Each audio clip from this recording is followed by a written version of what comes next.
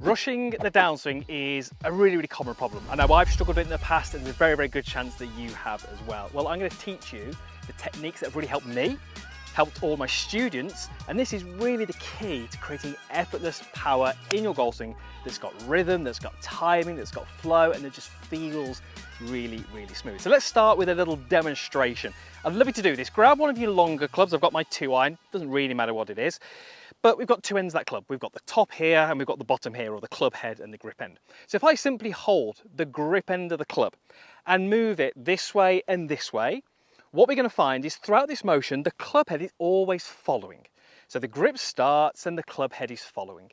And what we get is this really smooth movement. This never feels rushed, it never feels jerky, it never feels there's any forces that don't really belong in the right place. It feels effortless. And I can start to create more speed and more movement. You'll see the club is traveling higher, therefore it's got more speed at the bottom, and it just feels really easy. It feels smooth, it feels effortless. That's what we can tap into in the golf swing. I want to ask you a question. Let me know in the comments what your answer is. When you start the golf swing, what starts the movement? Is it the club head that starts, or is it your body that starts? Well, in that little demonstration where we did with the golf club, think of it in this way. The top of the club, I want you to think of that as your body, and the bottom of the club, well, that can stay as the club. So when we see someone like Tiger, and we see people like Rory, what we'll often see is that there's an initial pressure shift away from the golf ball. We see that with Rory more so than Tiger. And when we look at Tiger specifically, we will see his body complete its turn before his arms and the club complete their turn. So when we relate that to our little demonstration, we said that this was the body. We see Tiger, the body starts, the club follows, and then the body will finish its movement away before the club. And what we end up with is this beautiful rhythmical movement. So in great golf swings, the first thing that happens, we don't really see it, but it's there is a little bit of a pressure shift. The body is starting that movement. Not always what I see with the golfers I help. Very often there is like an obsession with the golf club. We've got to get the golf club moving. We're focused on the golf club. Maybe it's because you're thinking about your takeaway or your club face position. And very often the club head moves first. So watch what happens when the club head moves first. Often it becomes snatchy. We don't engage the body. And very often the club's kind of swing finishes before the body finishes. And it's almost as if the club drags the body round. So that would be more club starting and then dragging the body. The issue there is what's going to start down. First is going to be the club. And when you do this little demonstration, hold the golf club at the top, move the club head back. Now try and move the club head down with a bit of force. And I can tell you what you're going to feel. You're going to feel that the top end here wants to go backwards. So as I try and force the club head down, notice how the opposite movement happens with my grip.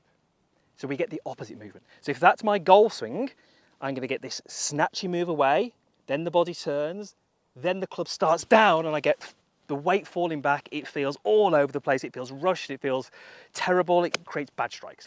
This is going to give you a completely different feel. So you're just simply going to take a setup. I've got a 7-iron here. You might want to tee the ball up if you're doing this in practice. And very simply, you're going to take your feet from their starting position together and you're going to plant the foot and feel like you move pressure onto that leg before the club moves away from the ball. The other way you could do this, and this is probably a little bit easier to do, is start with the club target side of the ball and make sure that the golf club is never behind the ball when you start your swing. So we don't want to do this. We want to go step, turn the body.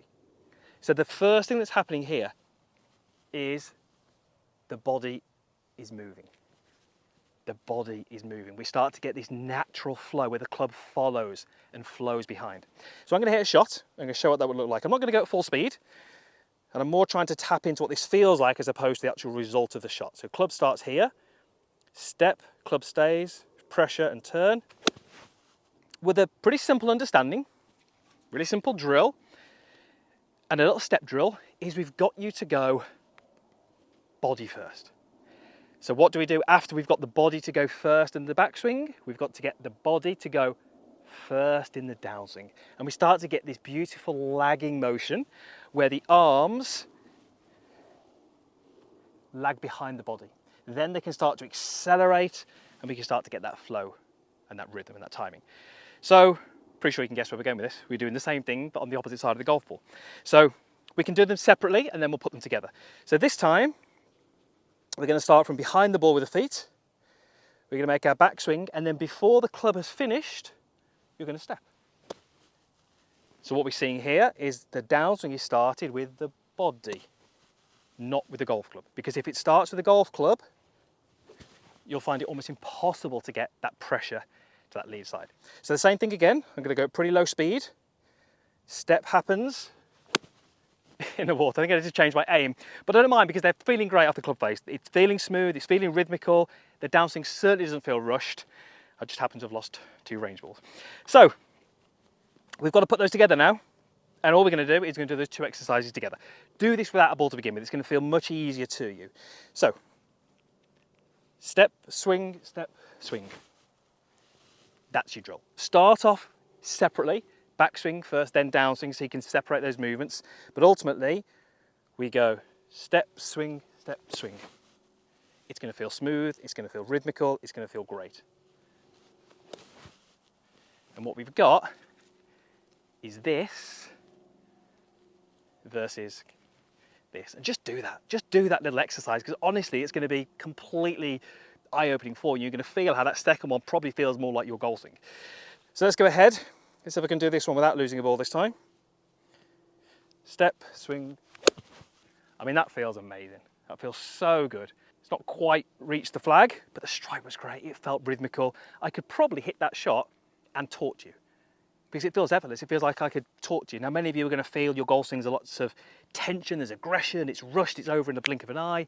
Try that. It's going to completely change how your golf swing works. It's going to give you effortless power and your downswing won't feel rushed.